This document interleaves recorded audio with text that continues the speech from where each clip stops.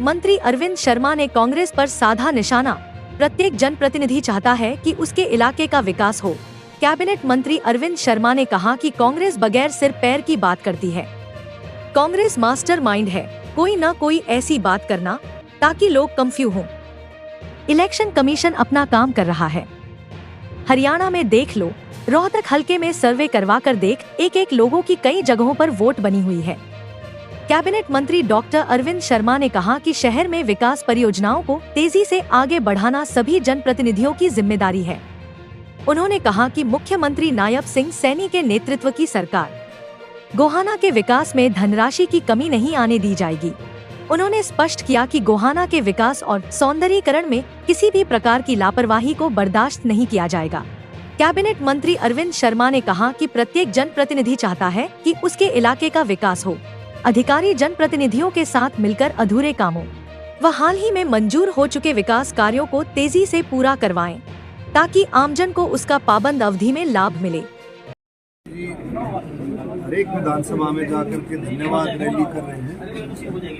गोहाना की भी अभी ड्यू है धन्यवाद रैली, और हमारी पुरजोर कोशिश है धन्यवाद रैली में माननीय मुख्यमंत्री जी जब आए तो जितने भी ग्रामीण और शहरी विकास के जो काम है, जहाँ जहाँ जैसे पार्षदों ने जो मैंने बोला है 2-3 काम आप इसके एस्टिमेट बनाओ कि मुख्यमंत्री जी को आने से पहले उनकी फिजिबिलिटी, पूरी फिजिबिलिटी के बारे में पता लग जाए। अभी ये काम होने का है और ये काम में थोड़ा सा समय लग सकता है, तो उस काम के हिसाब से हमने ये भी चर्चा की है।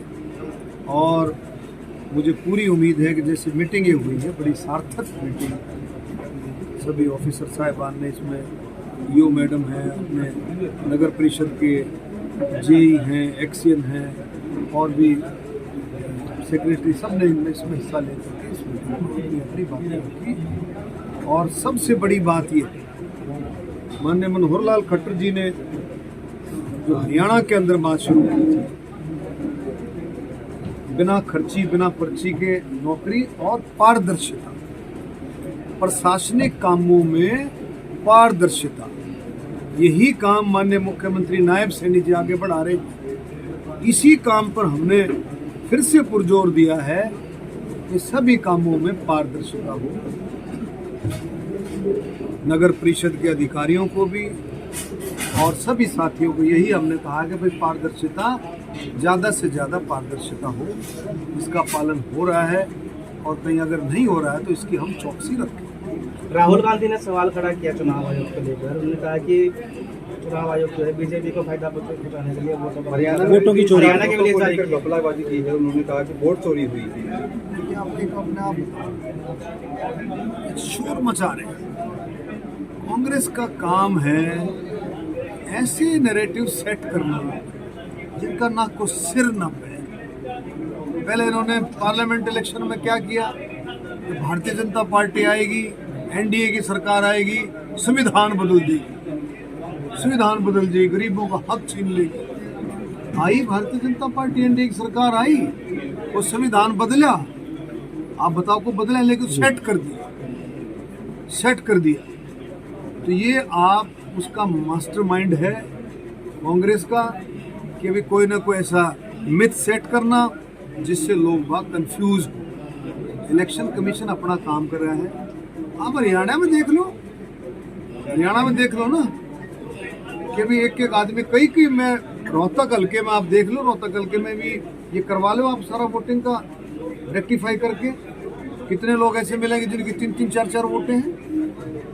को भादरगढ़ में वोट बनवा रहे हैं तो को गांव में वोट बनवा रहे हैं, उसकी रोहतक में भी वोट। ये आप समझे, ये फिर ये अगर आप इसको रेक्टिफाई करो तो क्या ये वोट चोरी होगी? अरे भाई, जो एक आदमी की 3-3, 4-4 वोट है, एक वोटर की कौन सी कितनी वोट? पूरे देश के अंदर एक आदमी की, एक नागरिक की एक वोट होनी चाहिए। गलत है? वही तो चीज हो रही है कि एक नागरिक की एक वोट हो। अगर उसकी 2 वोट हैं, 2 जगह वोट हैं, एक जगह कट गई तो ये वोट चोरी है। यही तो बात है। और बताओ और कौन सी वोट चोरी कर रही है भाई? इलेक्शन कमीशन कौन सी वोट चोरी कर रहा है? जिसकी नागरिक की पूरे देश में एक वोट होनी चाहिए, अगर उसकी 2 है, किसी किसी की 3 है, किसी किसी की 4 भी है, और उसको एक अगर वोट रह जाती है तो वोट चोरी नहीं, फेयरनेस है। ये इलेक्शन साफ सुथरा इलेक्शन हो, उसकी फेयरनेस। मंत्री जी SYL को लेकर भी पिछले दिनों मीटिंग हुई, कार्रवाई चली रही है, अवमानना और केस। केंद्र सरकार भी इसके बीच में है। चंडीगढ़ में मीटिंग हुई, वहाँ दिल्ली, तो ये चल। देखो, कोई भी समाधान, किसी भी चीज़ का समाधान, उलझे हुए सिस्टम का समाधान वार्ता से, संवाद से। मुझे पूरी उम्मीद है माननीय मुख्यमंत्री नायब सैनी जी, हमारी केंद्र सरकार बहुत गंभीरता से लगी हुई है, और कोई ना कोई समय आएगा, रिजल्ट निकलेगा। मंत्री जी, हॉस्पिटल का औचक निरीक्षण आपने किया था, काफी आदेश आपने दिए हैं, किस तरह की दिक्कतें वहाँ पे देखने को मिली? दिक्कत आप सब, हॉस्पिटल प्रशासन, हमारे डॉक्टर्स बहुत अच्छे से काम कर रहे हैं। अब देखो, 500 लोगों की, पेशेंट्स की OPD रोजाना लगभग, 450 देते, 500 तो